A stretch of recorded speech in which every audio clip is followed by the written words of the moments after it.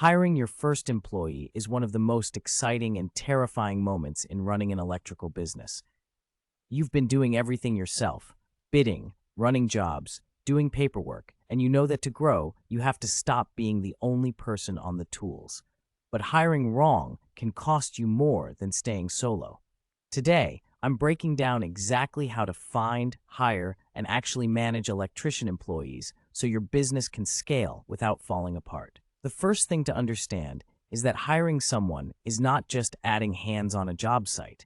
You're becoming a manager. That's a completely different skill set than being an electrician, and a lot of contractors fail at growing because they never make that mental transition. When you have employees, your job shifts from doing the work to organizing the work, making sure the work gets done right, and keeping the pipeline full so everyone stays busy. You're responsible for their income. You're responsible for safety on every job they touch. You're responsible for the quality your company name is attached to. That's a weight, but it's also the thing that turns a job you've created for yourself into an actual business. Let's talk about how to do it right. Before you post a single ad, get crystal clear on what role you're actually hiring for. Are you looking for a licensed journeyman who can run a job independently? An apprentice who needs supervision but adds capacity on the tools? An apprentice you want to develop into a lead over time? Each of these is a different hire, a different pay range, and a different management approach. Journeymen cost more but can operate with minimal oversight. Apprentices cost less but need more of your time and can't legally do certain work unsupervised, depending on your state. Think about your current bottleneck. If you're turning down jobs because you can only be in one place, a journeyman who can run a second job site is what you need. If you need help on jobs you're running yourself, an apprentice or helper makes more sense. Write a simple job description before you post. Job title, what they'll be doing day to day, what license or experience level you need, and what you offer. This clarity saves you time in the hiring process because you'll attract the right applicants instead of sorting through everyone. The best electricians are usually already working. That means active sourcing, not just posting an ad and waiting. Your network is the first place to look. Tell every electrician and contractor you know that you're hiring. Word travels fast in the trades, and a referral from someone you trust is worth 20 cold applications. Offer a referral bonus, $500 to $1,000, paid after the hire completes 90 days, and people will actively help you find candidates. Trade schools and apprenticeship programs are excellent pipelines for motivated young electricians. Call the electrical JC in your area. Reach out to local community college electrical programs. These students are hungry for work, and you get to shape their work habits from early on. Indeed and Craigslist still work for trades hiring. A well-written job post on Indeed targeting journeymen or apprentices in your city will generate applicants. Be specific. Electricians scroll past generic ads. Say the type of work, the hours, the pay range, and something that makes working for you sound appealing. LinkedIn works for more senior hires, foremen, project managers, estimators. Facebook groups for local electricians and contractors are worth posting in too. For an electrician position, the interview should include a practical skills assessment, not just conversation. Anyone can talk a good game. You want to know what they can actually do. Start with a phone screen, 15 to 20 minutes. Ask about their license status, their experience level, types of work they've done, and why they're looking. This filters out obvious mismatches before you spend an hour with someone. Bring promising candidates in for a working interview. Put them in a real work scenario, even just a simple task on a job or in your shop, and watch how they work. Are they safe? Do they ask good questions? Do they take shortcuts? Do they clean up after themselves? A lot is revealed in 30 minutes of watching someone work. Ask questions that reveal character, not just skills. Tell me about a time you found a major mistake on a job and what you did.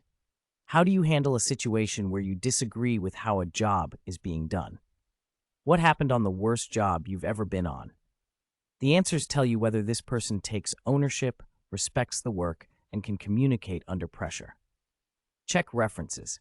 Actually call them. Ask specifically, would you hire this person again? Why or why not? The hesitations in the answer tell you as much as the words. Pay competitively or you will lose good people. That's not a suggestion.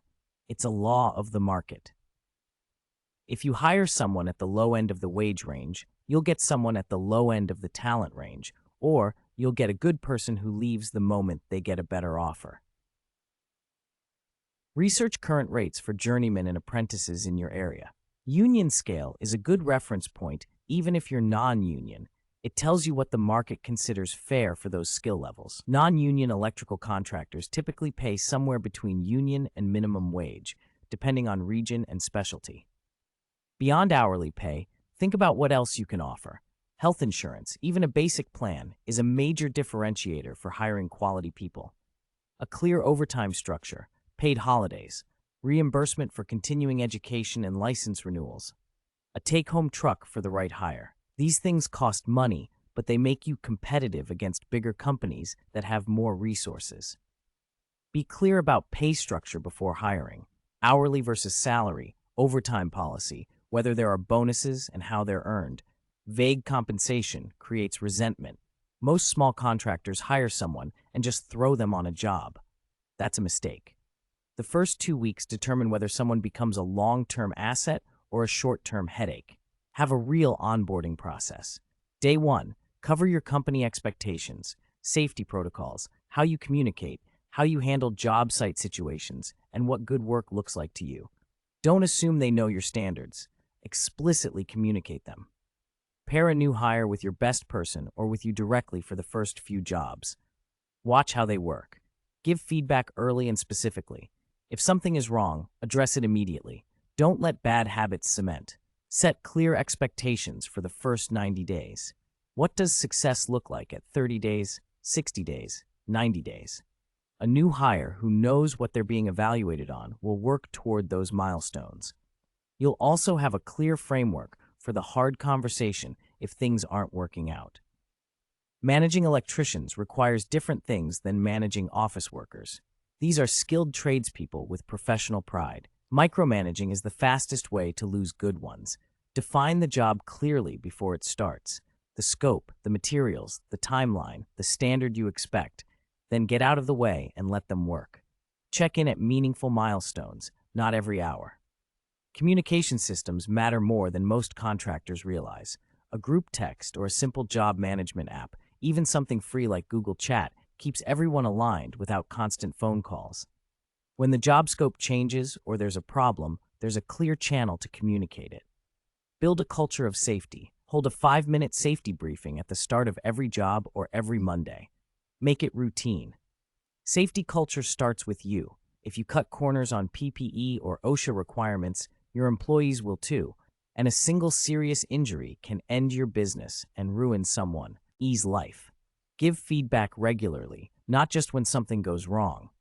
Telling someone they did a good job, specifically, not just a generic good work, builds loyalty and tells them what to keep doing. Finding a good electrician is hard. Keeping a good one is a competitive advantage. The contractors who build the best teams are the ones who understand that retention requires continuous investment, not just a competitive starting wage. Growth opportunities are the biggest retention factor beyond pay. Electricians who feel like they're getting better, learning new skills, and progressing towards something, a license upgrade, a foreman role, an ownership stake eventually, stay. Electricians who feel stuck leave. Invest in your people's training. Help them get their licenses. Pay for code update classes. Send them to manufacturer training for new equipment. The cost is low. The loyalty dividend is high. Have honest, regular conversations about where they want to go in their career and whether your company can be part of that path. These conversations build trust. They also give you early warning if someone is planning to leave so you're not blindsided. Don't let small resentments fester. Pay issues, tool problems, scheduling conflicts, address them quickly. Small things become big things when left unaddressed. Building a team takes time, but it's the only way to build a real business instead of a job you've given yourself. Every additional capable electrician on your team is additional revenue capacity. 2 good journeymen and a couple apprentices is the foundation of a company that can generate $200,000 to $300,000 in revenue with you managing instead of always swinging a hammer. The contractors who crack the hiring and management code are the ones who grow. The ones who never get past the solo struggle stay stuck there. It's worth the investment in learning to do this right. Hiring and managing electricians is one of the most important skills you'll develop as a contractor. Get it right, and your business can scale in ways that change your life. Subscribe to Hardwired Trades for more real-world content for electrical contractors and tradespeople. Subscribe, and I'll see you in the next one.